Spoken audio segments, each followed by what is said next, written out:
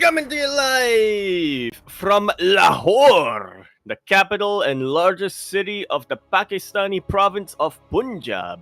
It is the second largest city in Pakistan and the 26th largest in the world, with a population of over 13 million. We are here today with ESL Open Cup. Is it this? Yeah, Asia division. We are here number 229. I'm of course your host Yaku of Yakuzaku, and with me today is la colono de tomate que financia a todas las botánicas. Light underscore VIP. How we doing, Light? Todas las botánicas, papi. ¿Qué tal? ¿Cómo estás? Welcome back, everyone. Welcome back to another ESL Open Cup Asia. It's great to be back, Yaku. Great to be returning. Whew. We're making a regular thing out of this every week. You're back. It's coming back. The streak. Let's go. Again, our bracket is tagged !B in the chat. If you guys want to have a look at the bracket yourselves, but we have our first series ready for us. Indeed, we do. Kicking things off here with a bit of a cheeky ZVT here in the top left-hand corner of the map, swirling all the way. In the top left, we have on-site Delta. We have a blue Zerg player coming out from the land of Taiwan. Representing Offside Gaming, we have Rexibus. Or just Rex. And spawning in the bottom right-hand corner, we have the red Terran player representing same team, Offside Esports. It is Uwu Thermal. Actually playing Terran this time. Yeah, it's been interesting to see this development. Fun fact, over the past 2 weeks, I did notice it was 2 weeks ago in WTL, Uwu Thermal stopped playing random. He stopped competing as random in WTL, and last night he was also competing in Sparkling Tuna Cup in STC, not playing random either. He's been playing Terran for the past couple weeks, and I'm still uncertain if this is like a full switch back to Terran or if he's just, you know, dabbling in it. I still don't fully know, but he's been playing a lot of Terran. Yeah. It's been interesting to see, to say the least. He Still could be back. dedicated to... He could be back. Still dedicated to content creation, though, which Oh, I very much appreciate.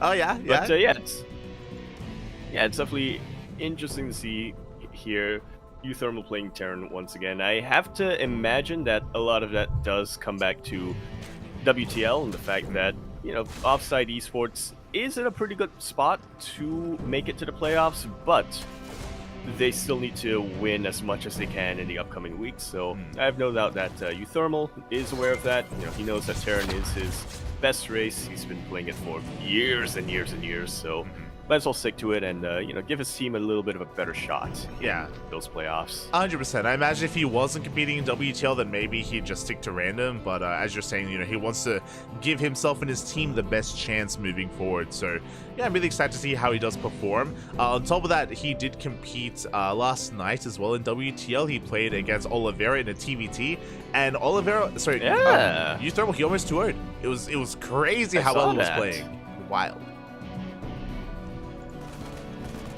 That was very, very much so. There were multiple points where it really looked like he was kind of out-positioning Oliveira, which is almost unheard of nowadays. Kind of beating Oliveira at his own... Well, kind of beating Oliveira at his own game in game number 1.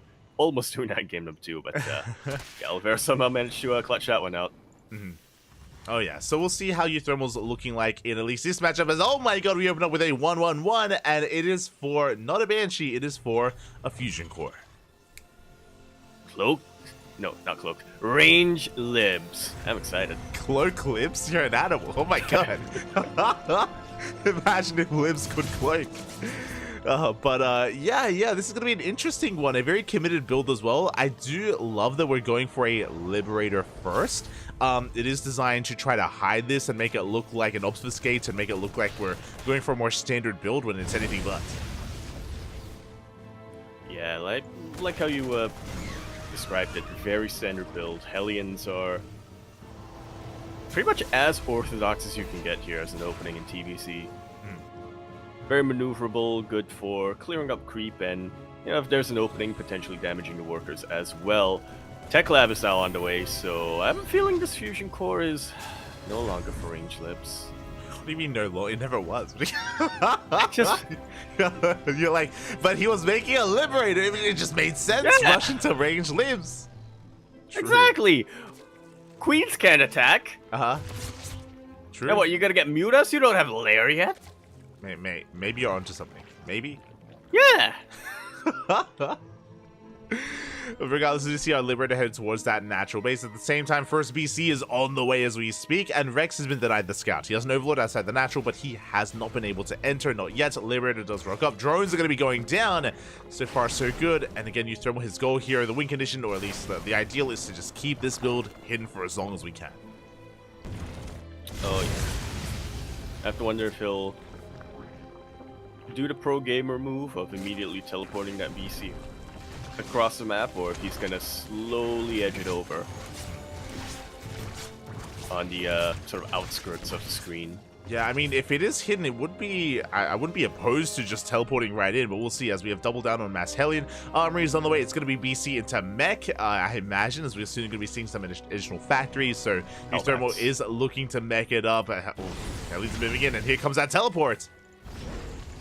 Right into the main base by the looks of things, and the Warcrawler not quite in position, not quite burrowed enough to take it out. Liberator gonna re-siege and take advantage of this. I'm liking this 1-2-3 punch coming out here from Uthermal. All these Hellions still on the map, still gonna be distracting the Queens as well. Pretty soon they're gonna be Hellbats, and that's gonna be even more of a hassle. It is, as the Hellions, they rotate back over there, the additional factories, as you mentioned, talking about the mech transition. Looks like the Liberator is going to be forced back. The BC is going to be forced back as well. We get 10 worker kills so far. Not bad at all here for Uthermal.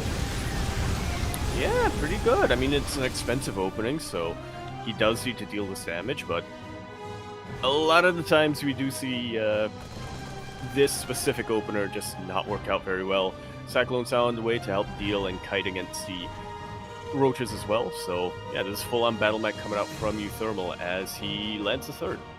Yeah, third base has been landed. We have more BCs on the way. We're also going to be rushing in towards +1 vehicle weapons as well, which will help out when it comes to the initial aggression that we're going for. Here comes that second BC. We get a queen. And the Yamato will get another one.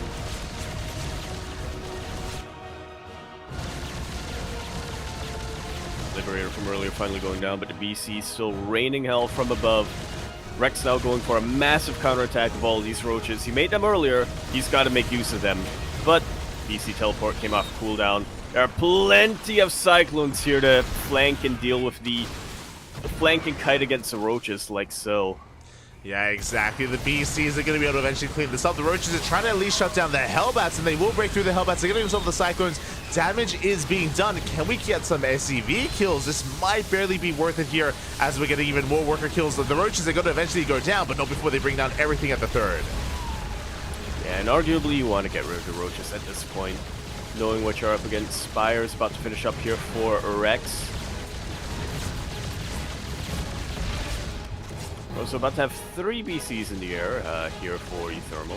Yeah, we have 3 but BCs. the roaches still go in hand. Yeah, the roaches, they get 23 SCVs at the third base. That's a pretty good amount of damage, but the BCs are still reading down here in the main. Oh my god, one of them barely escaped it. Oh no! It does go down. Finally, we get 1 BC kill. Here come the Corruptors. Rex is looking to stabilize, and Rex does now have that worker lead. Yeah, not only stabilized, but completely flip the script on Uthermal right now. That counterattack was absolutely worth it coming out here from Rex. Able to take out 23 SCVs. That's over twice the amount of drones that Uthermal was able to take out. And now, with that BC going down, with the Spire completing, Rex has the map control, and he's using it to double expand. It's a 4th and a 5th base about to finish up for him. Yeah, here comes that double expand as we speak. We do see the Corruptors are amassing, and yeah, Rex is looking comfortable here. I mean, the initial aggression, the initial harassment was good, but as we saw, that Roach counterattack was so crucial here to allow Rex to maintain himself against Uthermal. We do see additional tanks on the way. Now we're getting out of Hellion Cyclone into tank production, but at the same time, these tanks are a little bit exposed. They don't really have too much buffer for them, and taking a 4th base is going to take quite some time. Yeah, Ravage is now being morphed in. And those tanks are in prime positions, like you were mentioning, to get viled down. Yeah, so we'll see if Rex can take advantage of that. We'll see if Rex decides to slow things down instead and just contain his opponent. We have options. We don't really have to force the issue. We don't have to try to break this siege line. Rex, for now, is just taking up. We have the Infestation on the way for the eventual Hive tank. Yeah, containing Uthermal in these 3 bases is, I think, the smarter move here for Rex to do.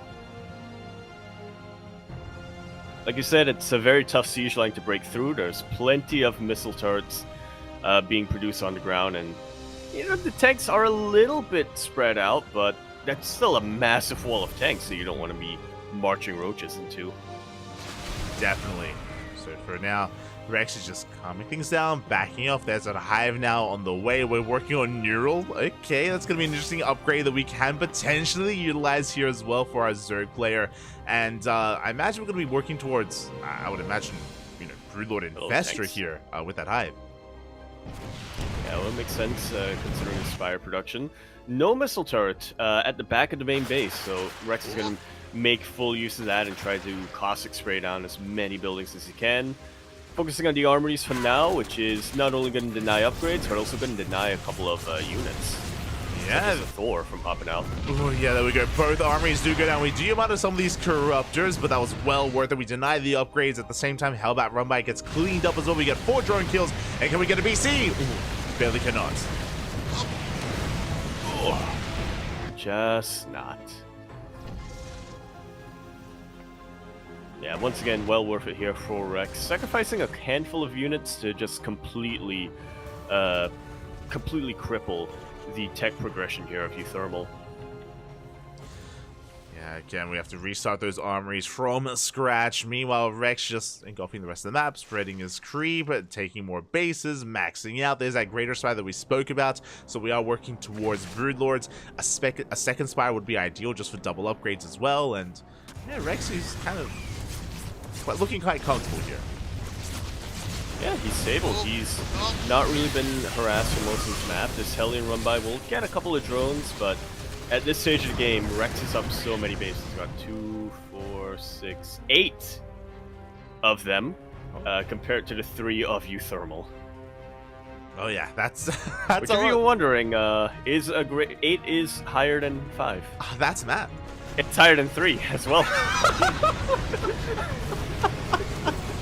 It's also higher than 6. I mean, Yaku just flexing his math skills on us a little bit there. Oh my god, but calm down.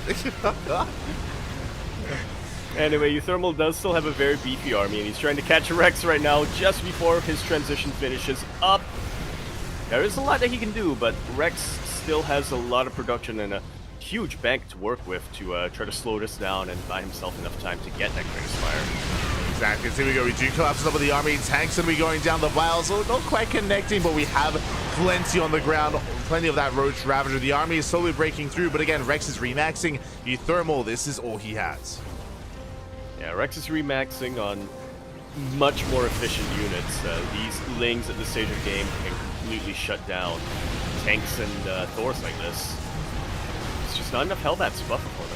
Yeah, exactly. The buffer is gone. Here come the Lings. They collapse on top of those tanks. They're going to be going down one after the other. We're going to surround on those Thors, and we clean up the ground army. Do we have any Corruptors left over? We did morph most of them into Broodlords, actually, so the BCs are coming in to support, but Euthermal, he's running out of steam. He's running out of units. Yeah, this is kind of his last hurrah, his Hail Mary, if you will. A massive Ling run by just to make sure that if Euthermal wasn't all in before, he is now. BC going to be helping out a lot, but unfortunately not quite able to deal with the Brute Lords. And with that, Rex going to be taking game number 1. GG, well played, Rex. He will shut down the mech army. Again, so important that he was able to get into that counterattack and able to cripple the economy of Euthermal the way that he did. And that meant that the opener of Euthermal, even though it got a lot done, was not enough. Nowhere near. Yeah, not quite. It got a lot done, but yeah, it got a lot done, but Rex got even more done with the counterattack. True. Very true, and yeah, with that, Rex will take a lead in the series. And now the pressure is on Euthermal here to bounce back, to fight back against his teammates. Again, I mean, these two players are good friends, I'm sure, and they, of course, cheer for each other, practice with each other as well. I'm curious if Euthermal whips out some more mech here in the second game. I'm curious how he wants to approach this as we load into Alkione. Yeah, I mean, I can't imagine that you want to do mech more than once in a series. There have been some players who do that. There have been some players who win by doing that. True. I can't imagine it, though. You're like, nah, yeah. It's unnatural. True, true. Also, before we get ahead of ourselves, a big shout out to iStan83 in the chat, papi. Oh my god, for subscribing for 17 months. Thank you so much. Almost 3 years of support. And 3 years, wait, what? Over a year of support. Thank you so much. That is also bad. Well, if you didn't know, 17, yeah. It's higher than 1 year. It's true, true. I imagine being first when you can be 17th. Ah, true. Thank you, man. Thank you, iStan. Much appreciated, iStan. Quack! Quack. Quack! Yeah, it's 3. So I need. 3, okay. 3 is basically 17. It's basically 17, basically. And looks like our players are ready, and we are diving into game number 2. Yeah. So I'm going to be on a much different map. No. That we are. I load into a Cyclone. Excuse me? Oh, we are, yeah.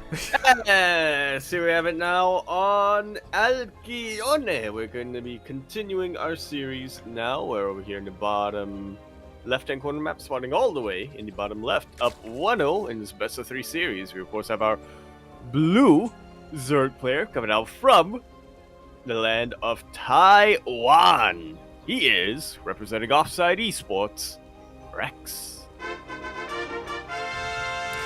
And And spawning in the top right-hand corner, we have the green Terran player from the land of the Netherlands representing Offside Esports. It is Ubu Thermal.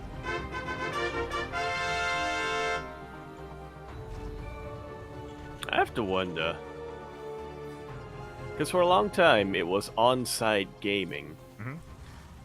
You'd think offside, being an offshoot of onside, would follow that, follow that naming convention, but instead it's offside esports.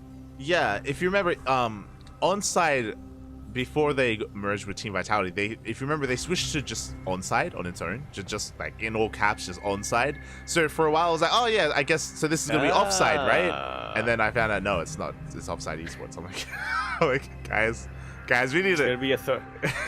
There's gonna be a third one, and they're gonna call it Inside. No, Team Inside. Oh, let's go. That's what they should call the management team. Inside. You're welcome, Offside. That's free. You're welcome, Gemini. There you go, Gemini. You're inside now. You're inside. You're inside offside. And it used onside. to be an onside. Yeah. But... what are we saying right now?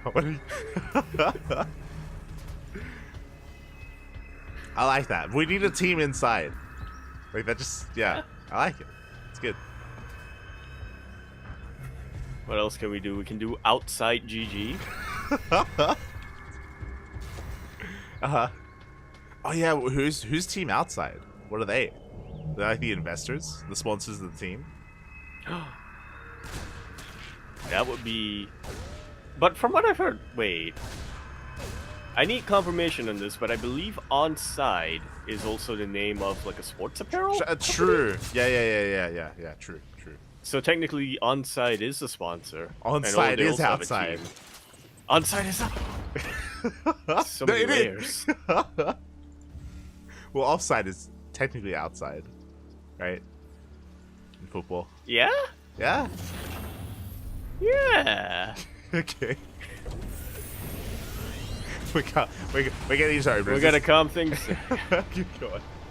Gotta calm things down, and we'll wait to see if we get a fusion core coming out. I have to. Well, I say I have to doubt it this time, as we do have the tech lab on the barracks. I have to imagine we're gonna have to see a bit of an earlier add-on swap coming out from the thermal. But we'll see.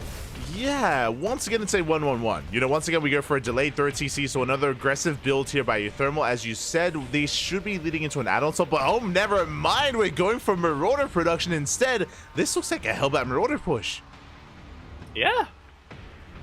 Very old school. One of the very first build guides that Thermal actually ever did was Hellbat Marauder in specifically TVZ. So we're getting this Viking to try to chase down the Overlords and try to, mess it up. But pretty soon after that, we should be seeing a medevac to try to ferry these units across the map. And ideally, if the Zerg player has a wall that they're going to try to body block, also juggle the Marauder around. Goal of the Marauder here is to just slow down the Queens, so they can't really kite. Yes, to catch the Queens, to lock them down. We have the Hellions amassing the Z Armory on the way. Lings, they try to get a scout off. We deny the scout. Overlord gets shut down. Now, Rex should be aware of the 1-1-1 at least. But especially after what happened in Game 1, I mean, I wouldn't be surprised if Rex maybe believes it's going to be BCs again. Like, there's a lot that it could be, so Rex still has to piece it all together. It's still in the dark, and we are going for a safety Roach Warren. Yeah, definitely the right call to make here if you are Rex. Roaches are just such a good elastic early game defense that they work well a bit against just about anything except for Marauders.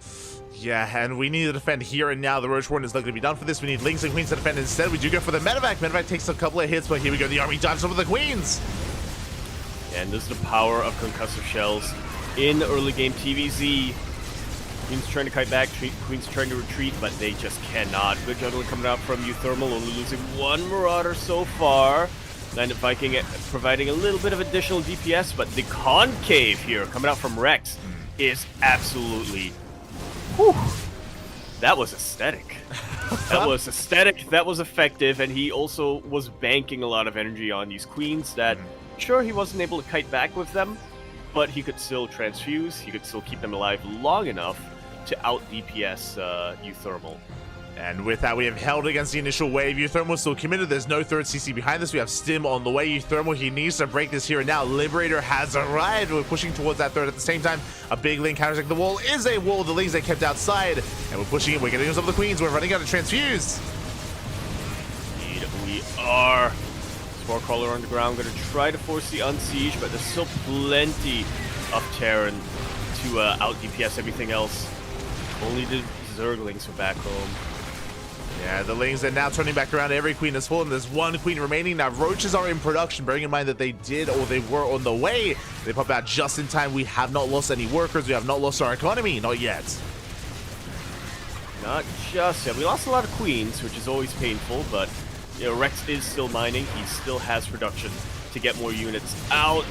Viking gonna go down. Marauders are starting to get low. Liberator, that's a new Liberator, actually. Coming in to reinforce, and I don't think Rex has any easy answer to this, but Carelessness loses him a queen. Yeah, exactly. Queen goes down. Another queen goes down as well. Big pickups, but we have a Spore Crawler here on the low ground. It's going to be targeted by the Marauders, but that means that the roaches are going ham on the rest of the army. The Marauders finally going to be going down. Looks like we will clean up the ground army. As I said, that I speak too soon. The Marauders, they live! Barely. Wow, and they don't even have Stim yet. They don't. GG, well played is called Rex. Gonna be taking game number 2. Yeah, Rex, he will... We're running out of steam towards the end. Yeah, he will clean that up. Again, we lost that Liberator towards the end. Sure, the 4 Marauders survived, but remember, we dealt 0 economic damage. Reinforcements came in, and Rex holds, and will take the series 2-0.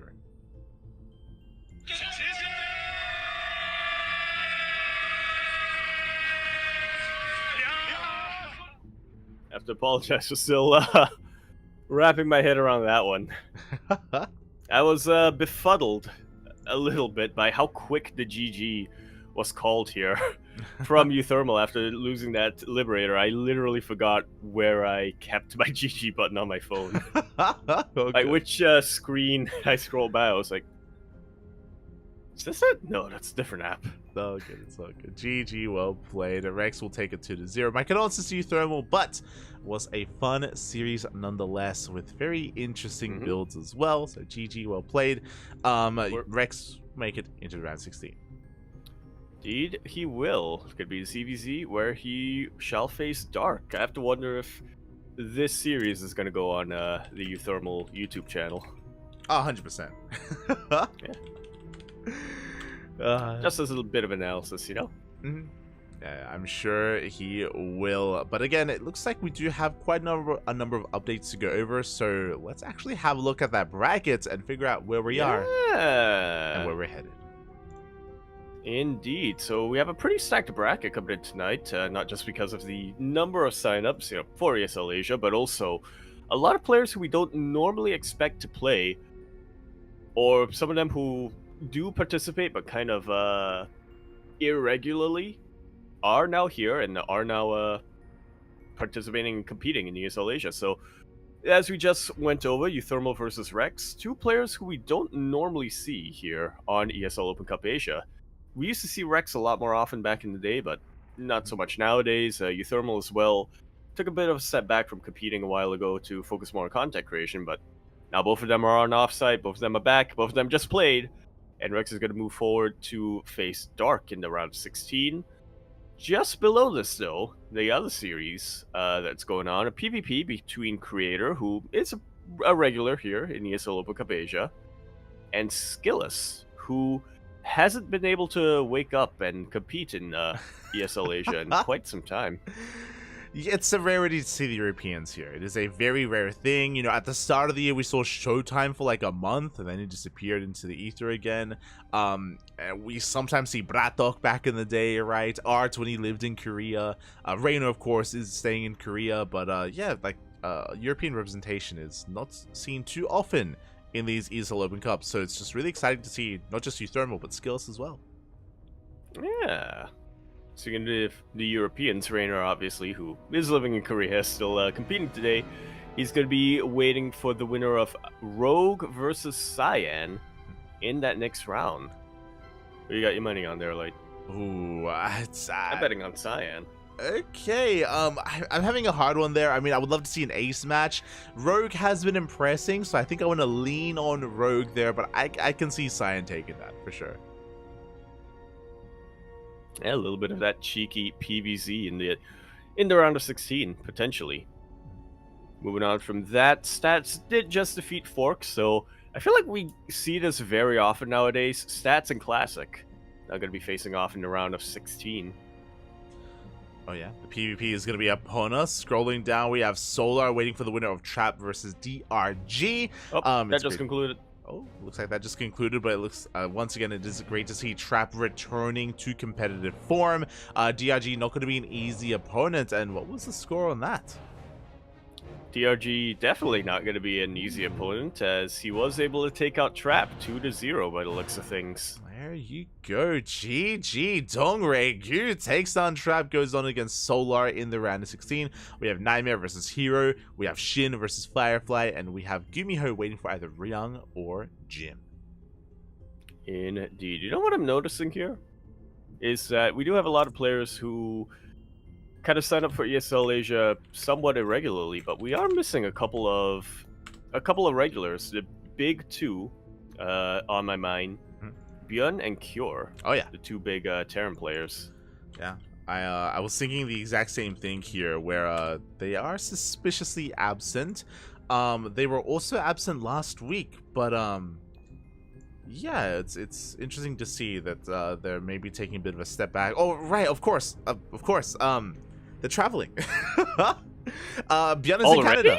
Byun is in Canada. Yeah, he's at the Shopify HQ. Yeah, well, I guess that makes sense to avoid jet lag and whatnot. Might as well arrive a week earlier. Yeah. If you look at social media, Byun has been posting, and Byun, this week in WTL, he was playing alongside like his team, because we saw the cams, of course. We saw the cams, and he was playing from the HQ, which was really cool to see. Old, yeah, with Papa Toby in the background. Exactly. So yeah, it's gonna be great to see all the Shopify players at the at DreamHack Dallas, of course, which is in less than a week. It has crept up on us, and it's already on the horizon. Yeehaw! This year has just gone by so fast. We're almost halfway through the year, mate. Oh my god, we're basically halfway through. Feels like it just started. Yeah, it does. But yeah. So a lot of players are traveling for that event as well. So I wish them all the best. I don't think the open stage is public to us. Like I don't think we know the full list of players that are going to be there. But I'm sure a lot of people are traveling internationally for that event. Yeah, I mean we have confirmation Cyril's going to be there, right? True. In the open bracket, I mean. In the open? Oh, does he have to go through the open bracket because he didn't play in EU? Oh. Yeah. No, apparently not. Wait. Or does he? Ah, okay, so there's a difference between the open bracket and the winner's stage. Yes. Yeah. The winner's stage is where people are invited in. Yeah.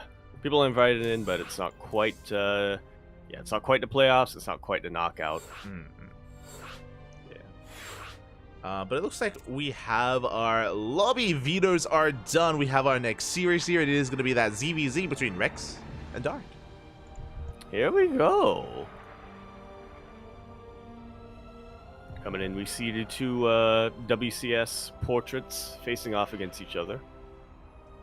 Actually kind of looking at, actually kind of facing each other as well. Yeah, cool. Yeah. They are. And it looks like game number one's going to be on Oceanborn here again. Dark is going to be one of the heavy favorites.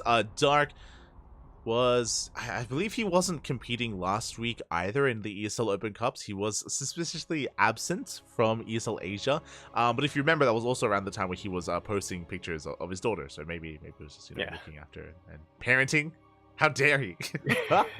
Dare he look after his child? SMHing my head. Dark. Anyway, here we are going to be continuing our run. And kicking off this best of 3 series here on Oceanborn. Over here in the bottom right hand corner of the map, spawning all the way in the bottom right, we have our red Zerg player coming out from the land of Korea. It's of course going to be representing Talon Esports. We have Dark. And spawning in the top left-hand corner, we have his opponent. We have the blue Zerg player representing Offside Esports. It is Rex.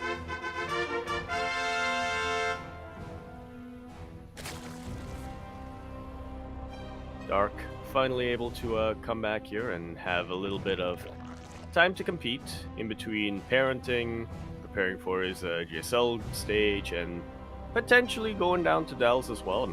Don't think we have confirmation of that, but he did say that he was eager to fly down if he could. Mm-hmm. Yeah, a lot of it will depend on his schedule. It depends on whether he can travel internationally as well. There's a kind of a lot going on here in Dark's life, but all good things. It is definitely all good things, and yeah, it's always exciting to see. Yeah, he actually did an interview with Talon the other day. Speaking of, parenting, and one of the questions that was asked was, if your daughter was going to play StarCraft, how would you help her? And he said, well, first off, I'd advise her to play Protoss. Yep. I can definitely relate to that. I don't know if you heard recently, Yaku, but Eba has officially switched to Protoss. He's been competing. Has he made it official? Yes. It's been a couple of weeks now, and we've been casting a lot of his Protoss against all the races and Smoach. I think if I remember correctly, he said that he wants her to play Zerg, but knows that she should probably play Protoss. Yeah. So that I would something along those lines. I would want her to keep up the family tradition, but if I'm just looking at what would be best from a logical and a rational standpoint, she probably wouldn't lose Protoss. But yeah, it's been really cool to see. I believe his daughter's name is Star. Not sure. I mean, it translates to Star, but well, the translate. Yeah. Which is really cool. No, it did. That's Prince. I used to know the Korean word for star. Now I don't. It's cool to see. As we're settling into our ZVZ, for now, nothing Taeyang. crazy. No, wait, that's Sun. Taeyang is Sun, yeah. It's Sol. Sun. Sol.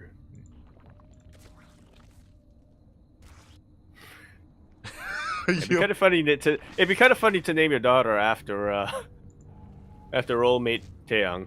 After TY, yeah. Yeah. I thought you were going to go after the other way. Player after saying that, she needs to play either Zerg or Protoss. True. The trifecta. All there. Diva confirmed.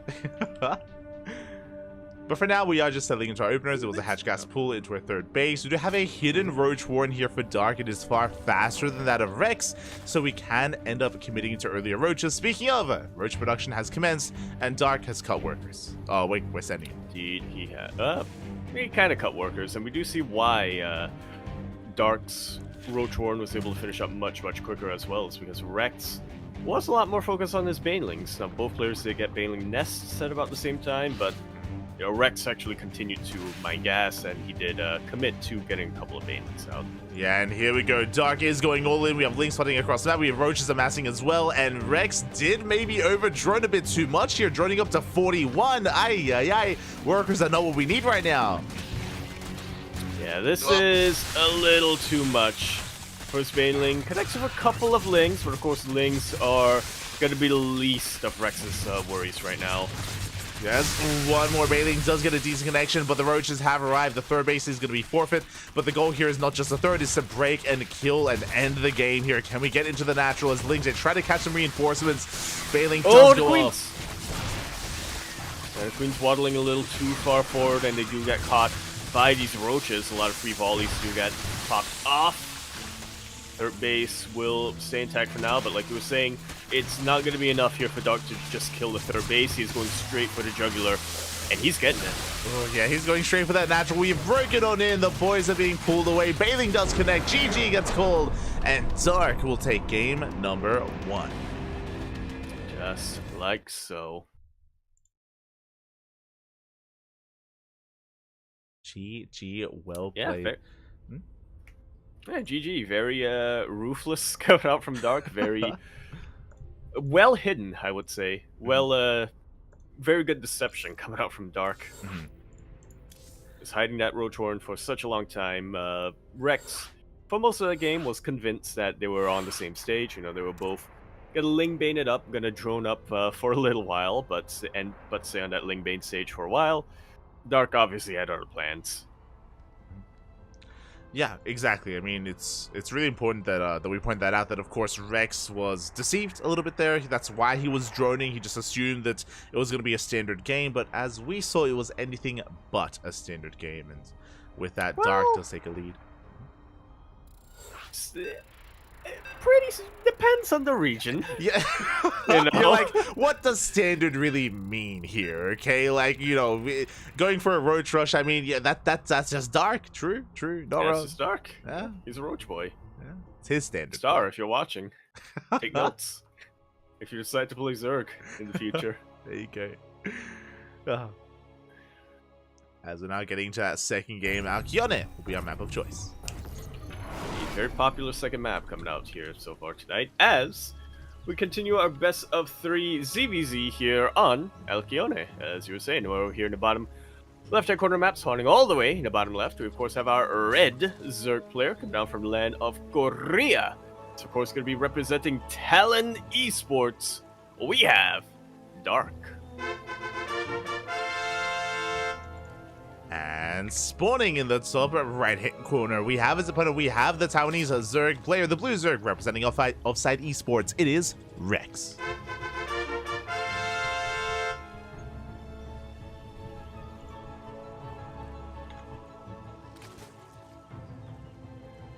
Showing that, yeah, so far tonight he has shown that when he knows what he's up against, he's been able to muster up really strong defenses, as we saw against Thermal. Usually had some really strong counterattacks as well, but unfortunately we didn't get to see that in game number 1 because, well, it was a little bit of a sucker punch coming his way. Yeah, like... He thought Dark would give him a normal macro game. He thought that Dark wanted to play StarCraft. He thought wrong. Not his StarCraft. And yeah, definitely, it's one of those things where, like, a mirror matchup is so brutal, it's so unforgiving. Like, if you're a little bit too greedy here or there, if you make too many workers, if your opponent has a leg up on production, then things can just go awry very, very quickly. And yeah, ZVZ is very much so cutthroat in that aspect, and we'll see if Rex can keep up, or if maybe even Rex decides to turn the tables and be the aggressor himself. We have options here. We don't just have to play standard. Rex likewise can also be hyper aggressive. Yeah, as a Terran player, I have no idea how you would play reactive against another Zerg player who is as aggressive as the Dark, so yeah, I have to imagine that flipping the script a little bit and just taking on that role of the aggressor, being a little bit more active here, what has potential to work out here for Rex. Does have potential. For now, everything's looking as it should. We should be working towards our eventual safety Baling Nest, which, if you remember, even Dark did make a Baling Nest last game, just didn't commit to any Balings, at least initially, preserving that gas, getting to that Roach Warren a lot faster. Third base is being taken from Dark, third base being taken by Rex.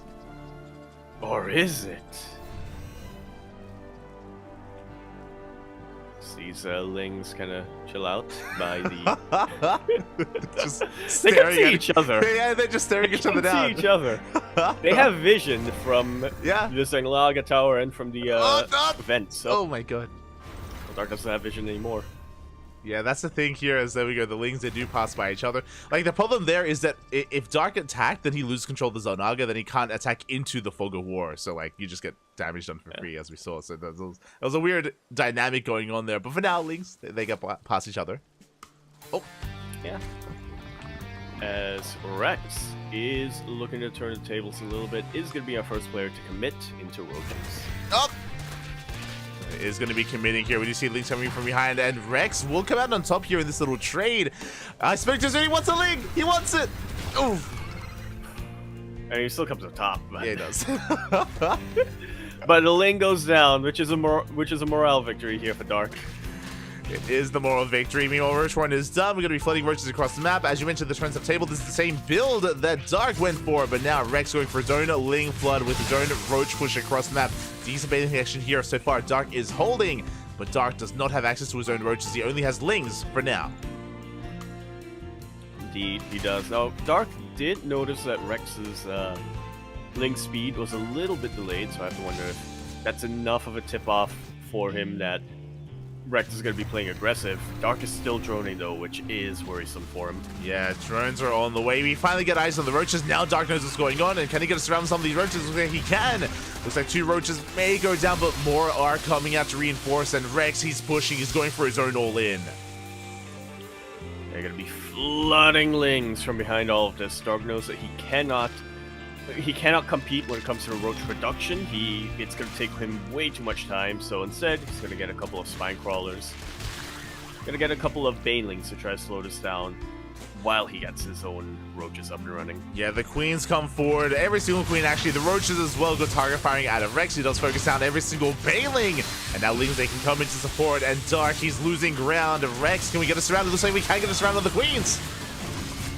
Yeah, banelings are not quite going to connect with the Lings. Roaches are going to get surrounded by Lings of Rex, however, and Rex is pushing on forward. Looks like he has broken the main line of defense here from Dark. Yeah, we have broken through. Spine Crawler going to be going down. The queens have fallen. The boys, they have to be pulled. Banelings are on the way here for Rex. And Dark, he's up against that wall. Does have a couple of roaches in the production. Ooh. But, can we hold on? Yeah, that was a good snipe in the banelings here from Dark.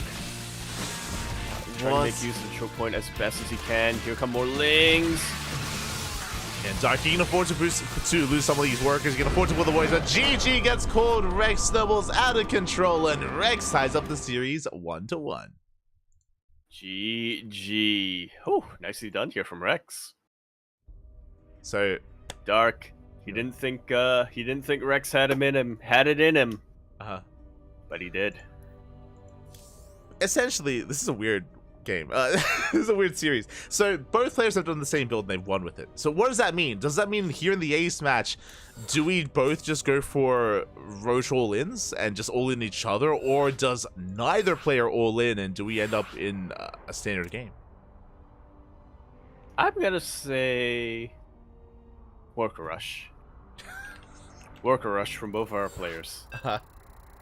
They'll meet in the middle of the map. They'll hit bump each other. Okay. I'm curious. I mean, we're going to be loading into Side Delta. Side Delta has a very defendable natural, so I'm not too fond of all-ins on this map. But this is a really good map for 2-base Roach. It's a really good map to just wall off and play macro even on 2-base Roach. But we'll see. Indeed, we shall as we conclude this best of 3. It's been less than 15 minutes so far in this best of 3, and we're already in the ace match. Anyway, here we go. On Site Delta in the bottom right-hand corner map, starting all the way in the bottom right, we have our red Zerg player coming out from the land of Korea. He is, of course, going to be representing his team, Talon Esports. We have Dark.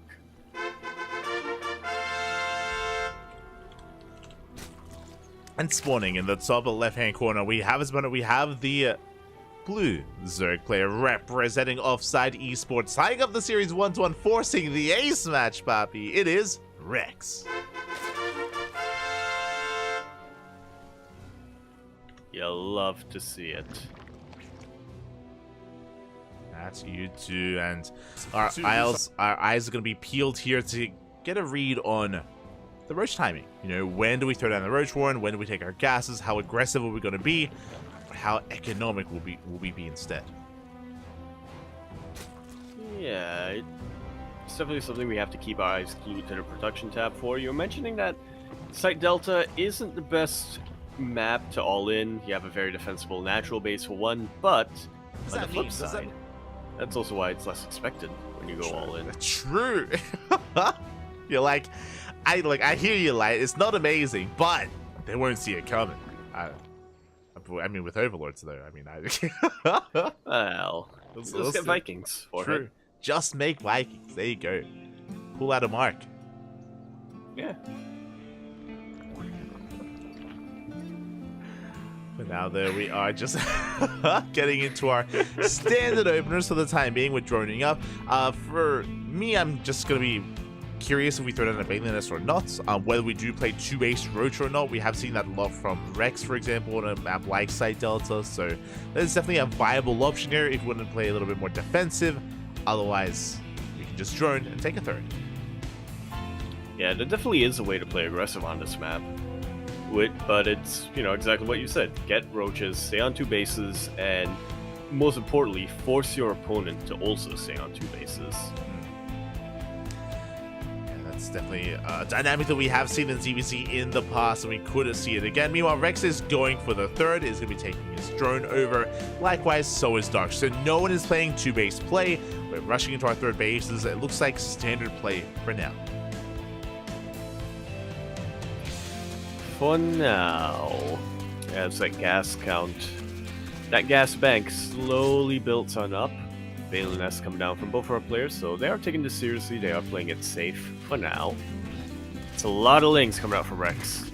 We do have a wave of lings. Outside of that, no big kind of deviation here from our players. Oh, those lings, by the way, we have more. We have way more as Dark is droning back on home. Okay, so Rex is going for a ling flood. He's going to be ling flooding behind this. Dark has no idea yet, but because he did not skip the Baneling Nest, we should have defensive Banelings. We should have Banelings back at home to defend, and we do confirm the Baneling Nest with these scouting lings.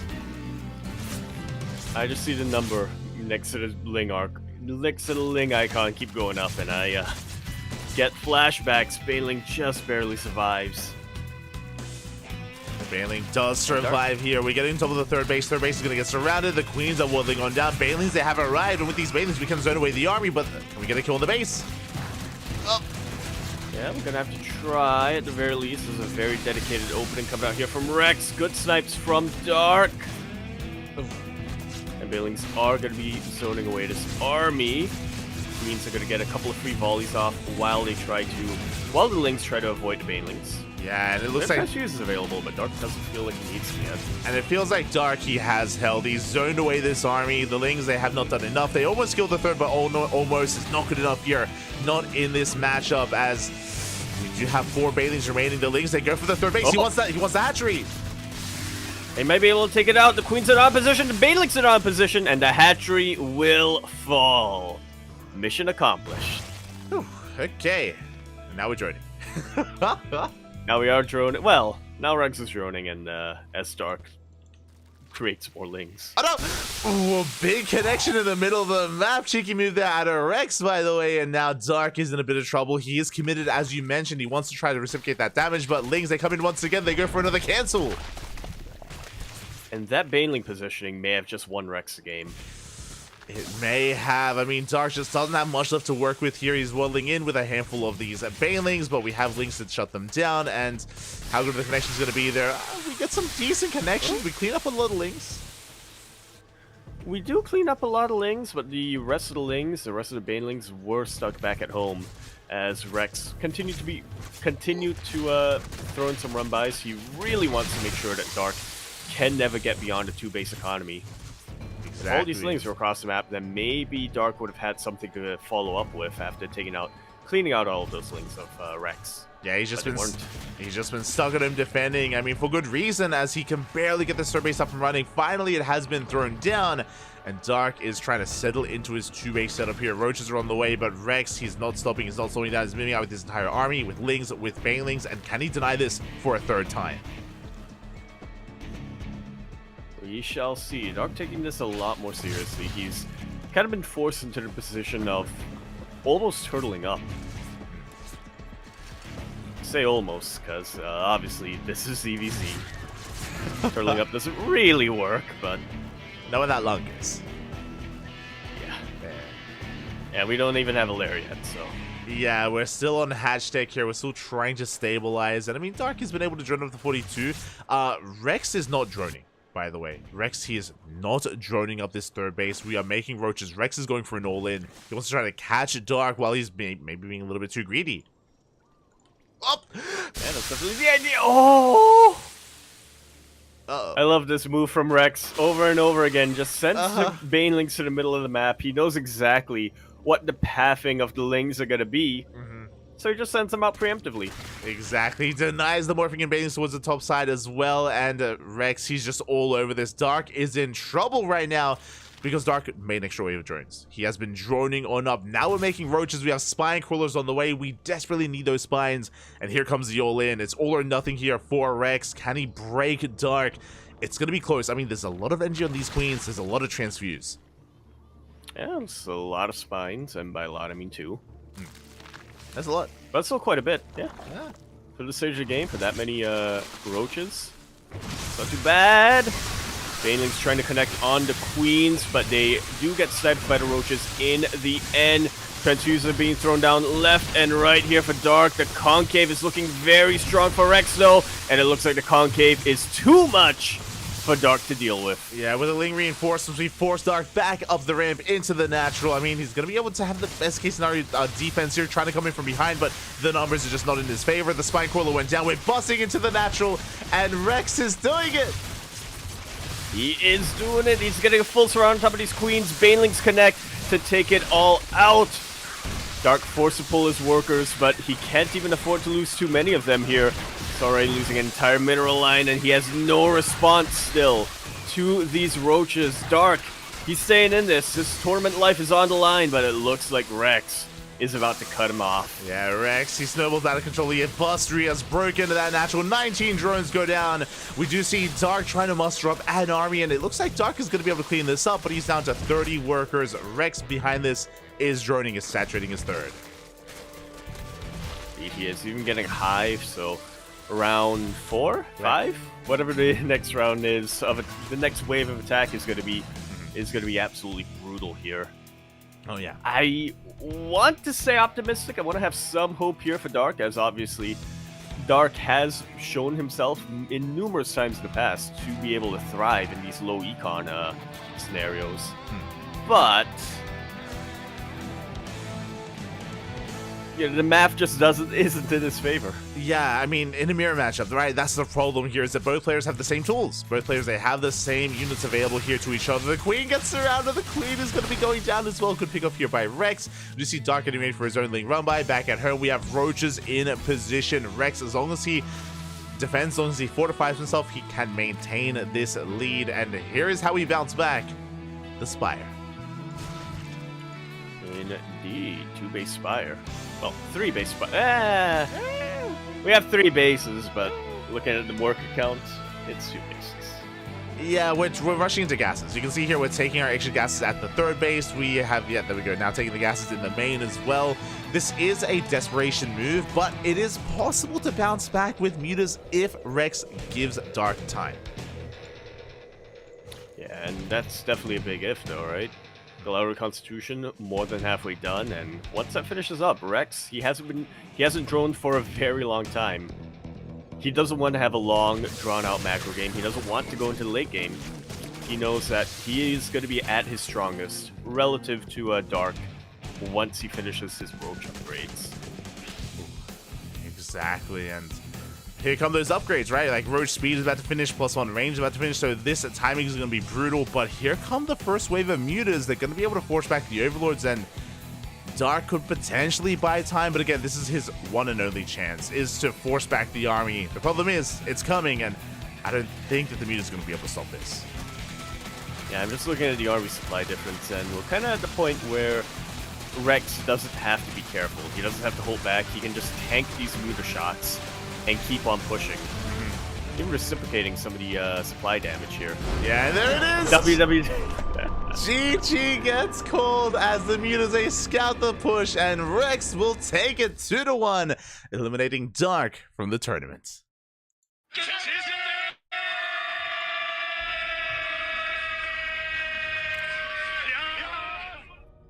GG, well played, beautifully done here from Rex.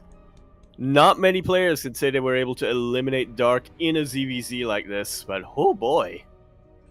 That was absolutely brilliant. It showed a lot of strategic thinking coming out here from Rex, a lot of kind of positional awareness as well. Again, I have to just sending out those banelings to the rush path, or to the path where lings would normally go to attack a third, was absolutely brilliant foresight from the side of Rex. He knew that that was the only way that Dark could really get back into this game economically, and so he just shut it down as quickly and as effectively as he could. That was beautiful. The amount of those Bailey connections, right, to connect those were brutal, and that was a big part as to how Rex was able to gain momentum in his favor and to break Dark in the end. And yeah, just a very chaotic series, a very aggressive back and forth there between our players. Oh. GG, well played. Rex will advance on, and I believe Rex has an opponent ready and waiting. Indeed he does. I'm kind of surprised, but okay, it makes sense because that previous series that his opponent was playing at was technically round 1. But yeah, we do have an opponent waiting here for Rex. It is going to be a ZVP against Creator, who took out Skillus 2-1. There we go. I mean, shout out to Skillus for forcing the ace match, right, and taking a game off of Creator, especially playing with a ping disadvantage as well. So very impressive stuff there out of Skillus. But as you mentioned, a Creator, he does take it in the end, and that is our next series, Creator versus Rex. Here we go. I have to wonder how... I mean, I'm sure Rex is feeling elated, being able to take out Dark like this 2-1 when he was the massive underdog in that series. I have to wonder how Creator is feeling right now, knowing that he doesn't have to play against Dark. He's like doing a double take. Wait, what? What just happened? What do you mean? What do you mean Rex won? What's going on? And I agree. I'm sure he is feeling quite elated and a little bit thankful that Dark I've been preparing to take out Hyung this entire time. Ready to go up against the Papi. Oh my god. So yeah, surprising result there, and we'll see how Creator can keep up. Rex has been on fire here, and I mean, again, already a massive win for Rex so far in this tournament. And do we have some more updates here in the bracket? We do have some more updates, quite a few updates. I'm realizing now that in the round of 16, almost every match, 7 out of the 8 matches are mirror matchups. Yeah. So obviously we just saw Dark versus Rex. We mentioned Creator versus Skillus. Rogue took out Cyan 2-1, so he's now facing Rainer in the round of 16. Stabs vs Classic still going on. Sola versus DRG did just finish up. Sola took that 2-1. And he's going to be waiting in the quarterfinals to face either Nightmare or Hero. Most likely Hero, but I wouldn't be too surprised if Nightmare decides to take it. You know, not only is he fantastic at the PvP matchup, but also it's a night of upsets apparently. So I'm kind of rooting for that Solar Nightmare match over there in the quarterfinals. Yeah, I definitely agree that that's a really scary match. That's a really scary series there, and Hero can be upset definitely, as looks like we have our lobby in game for our next series. But yeah, that's not going to be an easy one to call. I would not be surprised if that goes to the ace match. You glossed over it, but you know, big win for Rogue, and I mean, again, Rogue and Cyan, they went all the way to game 3. Cyan barely wasn't able to clutch it out, but I can see them going back and forth, and this time Rogue does advance on. I'm also pretty sure that that's not a mirror matchup in the round of 16. I'm pretty sure Rainer's going to play Protoss, I think. I would not be surprised if he does off-race there against Rogue. Yeah. They did update the rules, so... Yeah, I wouldn't be surprised if that... is it going to be a mirror matchup, but if it is a PvZ, it's not going to be the only PvZ in the round of 16, because the one other confirmed not mirror matchup, or the one and only confirmed non-mirror, is going to be a ZVP between Shin and Firefly. Shin, I think, has really been impressing us in these past couple of weeks. His series, I mean, he's the champion of last week's ESL Open Cup Asia, isn't he? beating Yeah. Classic 3-1, if I remember correctly. Yeah, he had a very impressive. convincingly. He had a very impressive series versus Classic. It was a very short best of 5 because Shin, like, Yeah. cheesed the hell out of Shin it. did Shin things, yeah. he did do shit. Yeah, the Shin hit the chin and Shin He came out ate on some top. ramen. There you go. And they managed to come out on top, so definitely a little bit of... Firefly's definitely a little bit of an underdog there in that matchup, but if there was ever a player who could out-Shin Shin in a non-mirror matchup, I have to imagine it's Firefly, and the final matchup is our matchup with our only 2 remaining Terran players, Rung and Gumiho, in the bottom round. There we go. So we have the TBT as well. But now we're diving into our next series and spawning in the top left-hand corner of Golden Aura. We have our blue Protoss player representing Club NV. It is Creator. And over here in the bottom right-hand corner of the map, spawning all the way in the bottom right, we have our red Zerg player coming out from the land of Taiwan. He's, of course, going to be representing Offside Esports. It's actually fun to say. Offside Esports. We have Rex.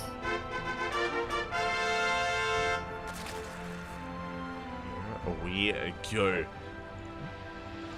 Yeah, Rex already proving himself as a player to watch, as a very serious competitor, being able to take out Dark, who is usually a favorite in most of these online weekly tournaments. Dark is a regular, and he is, a very scary player to face, one of the highest ranking players in all of Korea, one of the top players in the entire world. And so Rex is already coming into this with some serious momentum, kind of being a Dark Slayer. Creator, on the other hand, I do have to worry for Rex a little bit, as this is kind of his matchup, and he definitely is. I have to imagine he's pleasantly surprised that he's facing Rex here instead of Dark. Yeah, definitely. I mean, Dark, I would say, is the highest rated Zerg player in South Korea, which is, again, why, impressive stuff here from Rex, but at the same time was a very chaotic and a very micro-intensive ZVZ. I imagine this ZVP is going to be a little bit more macro-oriented, and it's going to head into, more passive mid-game as well, and it's going to be just a very different dynamic here, and, I'm sure Rex is going to be coming in prepared. What I do love about this is that Rex is in form nowadays. He's been practicing a lot for WTL, and he has been showing a lot of unique builds in WTL as well. He's been quite unorthodox himself. He reminds me a lot of Shin, actually. He's been having like a lot of unique all-ins with a lot of success. Taiwanese Shin. Ah, What ramen do they have there? that's the question. Now what's a ramen? Oh.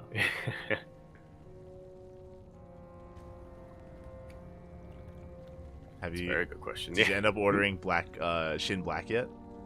I still can't find any of them. I'm so sad. I had Jin ramen yesterday. It was pretty good. There you go. Mild or spicy? Spicy. I'm not gonna buy mild. You mentioned how there are different flavors of Shin ramen. There's you said there's prawn Shin ramen. There's prawn, which is terrible, yeah. Yeah. Are there other Jin ramens other than just mild and spicy? Are there other? There have to be, right? I know for a fact, because Catatonic, a fellow Duckling, sent us a picture of chicken flavored Jin ramen. Oh. But I think that might only be in the UK. I haven't been able to find it here in Singapore yet. That sounds interesting. What color is that? Imagine that's a different color. Orangish? Okay. It's like an orange yellow-ish. Okay. Interesting. For now, we're settling into our game. Again, everything's looking standard. It's going to be Stargate Open. You see a couple of drones going down as we do commit into the mineral line. We get a third. Ooh, a third drone does fall. Yeah, decent start here from Creator, as that was only a single adept. A Ling from Rex did manage to make it into the main base of Creator, though, and get a full-on scout. And the wall still not a wall for Creator. Okay. I was worried for a second. Does wall off. The Adept is under fire here. The Oracle gets across the map, but we do get 3 drone kills here in the main. Does take a lot of damage, but it will manage to escape. The wall is fully sealed, and Creator holds on 2 bases. Like so. Very nice proactive move to kind of preemptively shade the Adept back and then fully wall off with that shield battery. He moves there out of Creator, now can expand, take a 3rd base. Behind this, Rex did lose 6 drones in total. It was 3 drones to the Oracle and 3 drones to the Adepts, but we can sustain some of these losses here as long as we don't lose too much more. The worrisome thing here is that we have a second and soon to be a third Oracle. Creator is looking for more damage. Yeah, he's looking for much more. You don't make 3 Oracles and expect to only take out 3 drones. Well, I guess 6 in total if we're counting the Adept kills, but still. Looking for more as we do overextend for a moment. Creator, he will barely get away with that Oracle. Behind this, we have the Forge, we have a Twilight Council on the way. We're taking up in towards +1, and I imagine Blink. Creator has been quite fond of these more robust, like Immortal Charge Lock compositions. Oh, sorry, Immortal Archon compositions. But I'm not too sure if this is the map to do that on.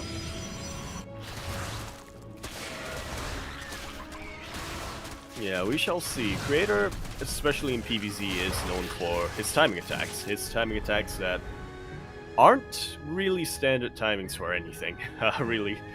He kind of waits a little while, waits for his opponents to get situated and feel a little bit of a false sense of security, and then he comes in with +1 Archons, like you were mentioning, usually with Warp Prism to juggle them as well. So there's a lot of... That's definitely something that Rex, I'm sure, is going to be keeping in mind, facing Creator right now. He's going to have to continue to be diligent and be active on the map to be able to catch these, but we'll see. We shall see as we do wreak havoc here at the Natural Base. Oh my god, the Oracle's going to be going down. We get 9 more drone kills here at the Natural for the cost of an Oracle, but that is going to be a worthwhile trade for Creator. Back at home, we have confirmation. It's +1 and Blink, not Charge or any kind of Immortal-based composition. We're working towards those Blink Stalkers, and so far, so good for Creator. Does take a worker lead. That he does. It's one of those things where that Oracle trade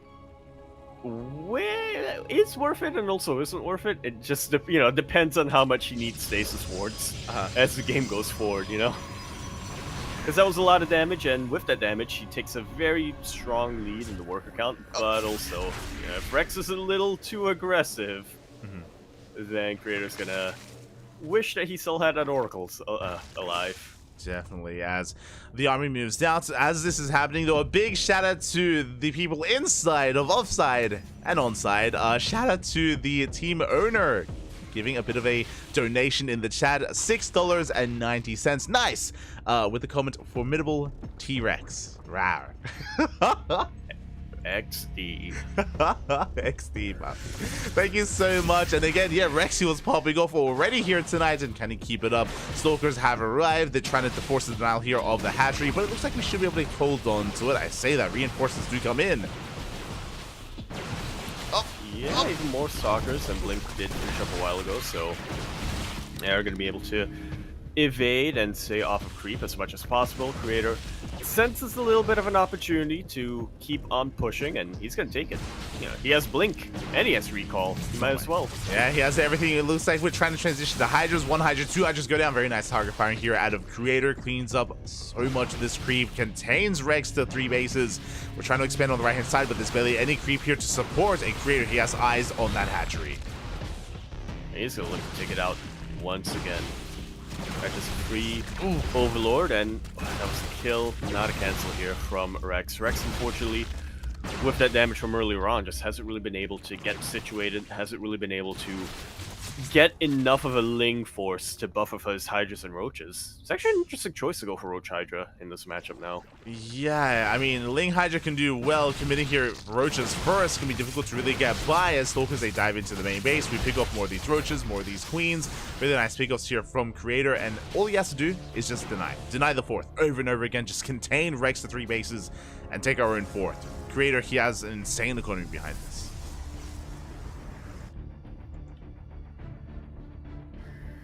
Yeah, probably the best use that he has right now for these Stalkers is to maintain this map control and expand, outscale his Zerg opponent. Good stasis ward in that main base as well, catching quite a number of drones, and we're at the point where Creator has almost 20 over workers than Rex, who is a Zerg player. Rex really can't afford to have more workers in stasis. He can't afford to lose any more of them. He needs everything to be mining, and he needs to make more. And it's one of those things where this is not even Creator's final form. You know, Rex is trying to hold his own against the Mass Blink Stalker, and what is behind this? Colossus. Colossus production, disruptors as well. This is the ideal against Mass Hydra, which is what Rex is stuck with. If we had maybe Hydras with Vipers and Lurkers, then maybe it'd be a different story here, but Fragile, it's so vulnerable, and the Colossus are amassing. They are amassing. Hydras are splitting up. Good bait here from Rex, catching out Stasis Ward. That's a lot of very vulnerable production that's being caught, but Creator also still has a much more formidable army than Rex. And it is now revealing itself. Nova goes off. We force a split, but the Hydras are going down to the Colossus nonetheless. The army is falling. We do see more Hydras on the right side, and we're going to have to back off. Again, the Colossus have revealed themselves. We have hit critical mass. That is 4 Colossus with Creator's army. The math just isn't on Rex's side. I could say, I believe, a kill on some of those morphing in structures. Does clean up some of that up here. Does deny the 5th base, but that's the 5th base, and Rex is still trying to saturate his 4th. He's still down in economy. We do see the army trying to engage as well, but Creator looks like he's had enough. Now he's moving out. And Rex knows that he can't really face that army alone. GG is called. Creator, they'll be taking game number 1. GG, well played. Creator just snowballing out of control, doing so